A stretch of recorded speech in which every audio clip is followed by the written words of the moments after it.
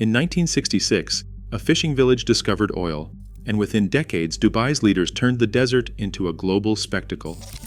16.7 million visitors in a single year, 86 million international passengers, icons like Burj Khalifa rising from the sand. But beneath record-breaking numbers, this breakneck pivot left a question few want to answer. What happens when the world stops coming? To understand the stakes, we have to start at the very beginning.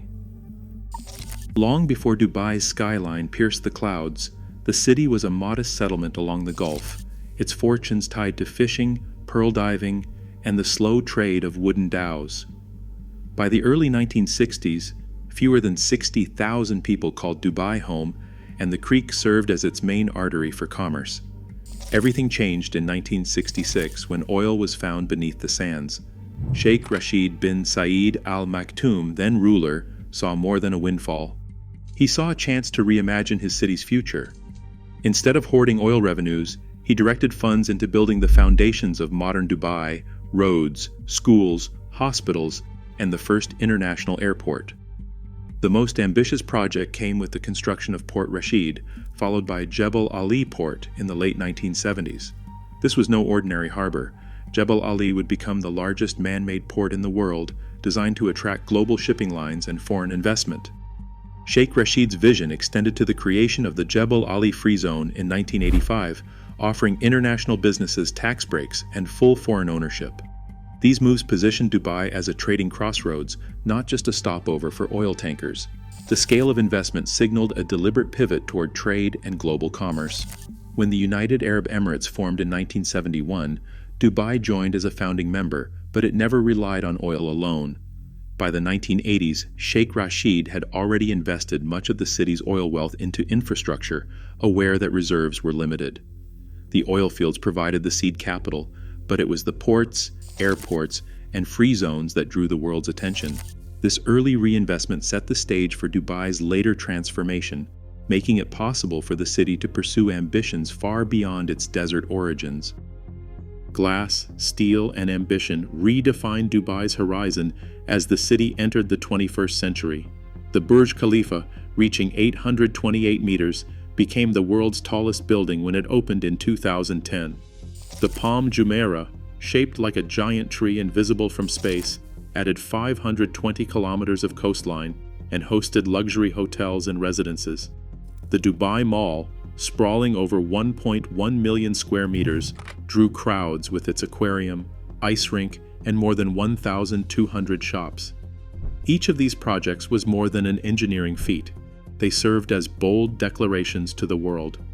Dubai was not just growing, it was aiming to be unrivaled. By 2019, the numbers told their own story. The city welcomed 16.7 million international visitors, making it one of the most visited destinations on the planet.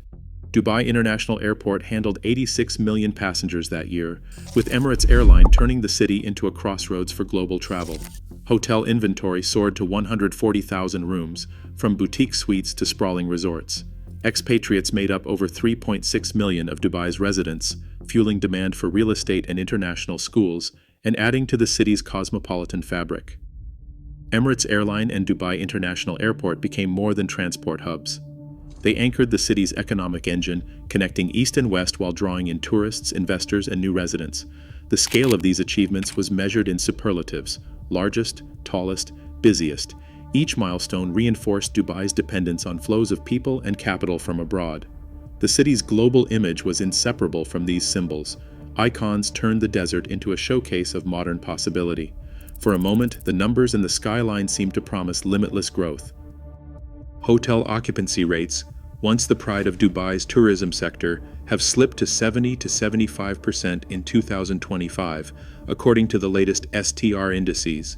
Average daily room rates, called ADR, have felt the pinch too, dropping by 5 to 10% across both luxury and mid-tier hotels. The city still attracts millions, but the pace of growth has cooled to just 4 to 5% annually, a far cry from the double-digit surges of the last decade. Revenue per available room, a key industry metric, continues to decline as operators roll out more discounts and promotions to fill empty suites. Inside the Department of Economy and Tourism, officials track these numbers with growing concern. One department official puts it plainly: "We're seeing softer demand, especially in the shoulder seasons. The global environment is challenging, and travelers are spending less per visit." For hoteliers, the pressure is immediate and personal. The general manager of a prominent Sheikh Zayed Road property describes the struggle. "We're running at 3/4 full, but rates are down, and the cost of keeping the lights on hasn't budged. We're offering more packages, but margins are tight. It's not just about heads in beds anymore." Promotional offers, once reserved for the off-season, have become year-round tools. Luxury suites that once commanded a premium now come bundled with spa credits or complimentary dinners. For mid-tier hotels, price drops are sharper, and occupancy often dips below 65%. The ripple effects reach beyond hospitality, as retailers and event organizers report fewer high-spending guests, and staffing levels have quietly shrunk to match the new reality. With the numbers shifting, the question is no longer whether Dubai's tourism sector is feeling the strain, it is how deep the impact will go. What do you think? Can Dubai's hotels and attractions bounce back, or is this a sign of lasting change? Share your thoughts in the comments. If you find this investigation valuable, like the video and follow the channel for more in-depth reporting. Air traffic maps once showed Dubai at the center of the world's busiest corridors. Now those same maps are starting to look more crowded. Abu Dhabi's Khalifa Port and new airport expansions, along with Riyadh's Vision 2030 mega projects, are drawing attention and business away from Dubai. Gulf neighbors are not just investing in infrastructure, they are offering incentives to airlines and event organizers, hoping to lure the same travelers, conferences, and cargo that once flowed almost exclusively through Dubai. Aviation analysts point to network modeling that suggests a 5 to 10% shift in projected passenger flows from Dubai International Airport to rival hubs by 2026. For a city where every million passengers fuel hotel bookings, retail sales, and taxi rides, even a modest diversion can ripple across the economy. Airlines are weighing their options, calculating route profitability as Abu Dhabi and Riyadh cut fees and offer landing discounts. Qatar Airways has also stepped up its regional push, making Doha a more attractive stopover for transcontinental flights. An independent economist from the Gulf region explains, "Dubai's edge was always its first mover advantage. Build it bigger, faster, and more connected than anyone else. But now every major city in the Gulf is chasing the same playbook. Incentive packages, tax holidays, and even subsidized hotel rates for conferences are no longer exclusive to Dubai. The pressure is showing in the numbers. Organizers of major exhibitions and international events are fielding offers from multiple cities, each promising better terms. Some have started rotating annual meetings between Dubai and its competitors, diluting the city's monopoly on high-value gatherings. In response, Dubai's own tourism board has quietly increased promotional spending and rolled out new packages for airlines and tour operators, hoping to keep its transit hub status secure. The competitive squeeze is more than a numbers game. It signals a strategic risk. If Dubai's unique position as a crossroads erodes, the city's broader economic model could face lasting headwinds. The race is no longer just about building the tallest or the biggest. It is about staying indispensable in a region where rivals are closing the gap, one incentive at a time. Behind the glittering facades and empty lobbies, the economic slowdown is measured in jobs lost and businesses shuttered.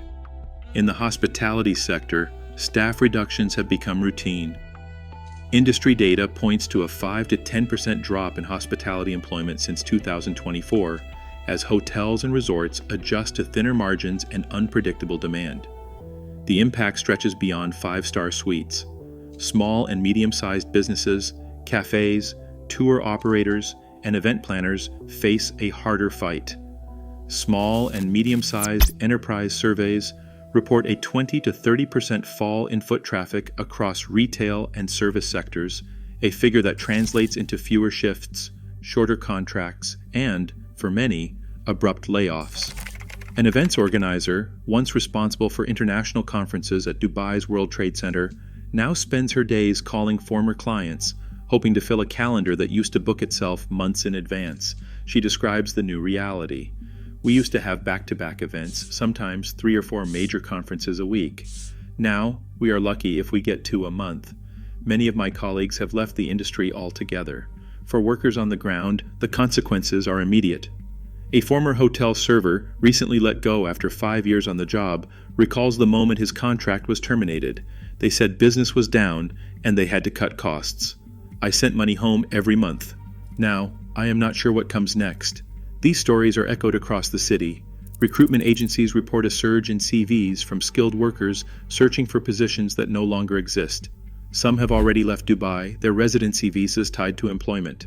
Others stay, hoping for a rebound that feels increasingly out of reach. The pain is not limited to those on the payroll. Suppliers, caterers, and freelance technicians all feel the pressure as event bookings and hotel occupancy slide. The ripple effects are subtle but relentless. As staffing levels fall, service quality slips, and regular guests notice longer waits or familiar faces missing from the breakfast shift. The city's image as a land of opportunity is challenged not just by numbers, but by the steady erosion of livelihoods. Each empty shop front and closed event space is a reminder that Dubai's fortunes are as fragile as they are grand. Dubai's appetite for growth faces a limit that cannot be solved by discounts or incentives. Water and energy, the foundations of daily life and every new project, come at a steep cost in the desert. Nearly 98% of Dubai's water supply is produced through desalination, a process that consumes vast amounts of electricity and leaves a heavy environmental footprint. According to the Dubai Electricity and Water Authority, per capita water use averages 550 liters per day, more than triple the global mean. That figure rises even higher in luxury hotels and sprawling resorts, where fountains and pools compete with air-conditioned glass towers for resources. A senior DEWA official describes the balancing act. Every drop of water in this city is engineered. Desalination keeps the taps running, but it is energy intensive and expensive. Our challenge is to meet growing demand without compromising future supplies or the environment. The city's energy grid, once powered almost entirely by natural gas, now draws more than 3,800 megawatts from the Mohammed bin Rashid Al Maktoum Solar Park, one of the world's largest single-site solar installations. These solar arrays supply over 20% of Dubai's total power, with ambitions to reach 100% clean energy by 2050. Yet even with this progress, peak summer demand strains the system, and air conditioning alone accounts for half of all electricity use. Climate change adds another layer of risk. Regional studies warn that rising temperatures and sea levels could threaten up to 10% of Dubai's land area by mid-century, including some of its most valuable coastal developments. Desalination plants face their own limits as demand rises and brine waste accumulates in the Gulf. Engineers and planners quietly acknowledge the reality. The city's long-term resilience depends not just on economic reinvention, but on managing resources that are finite, costly, and increasingly at risk. The scale of Dubai's ambition now collides with the boundaries set by nature and climate.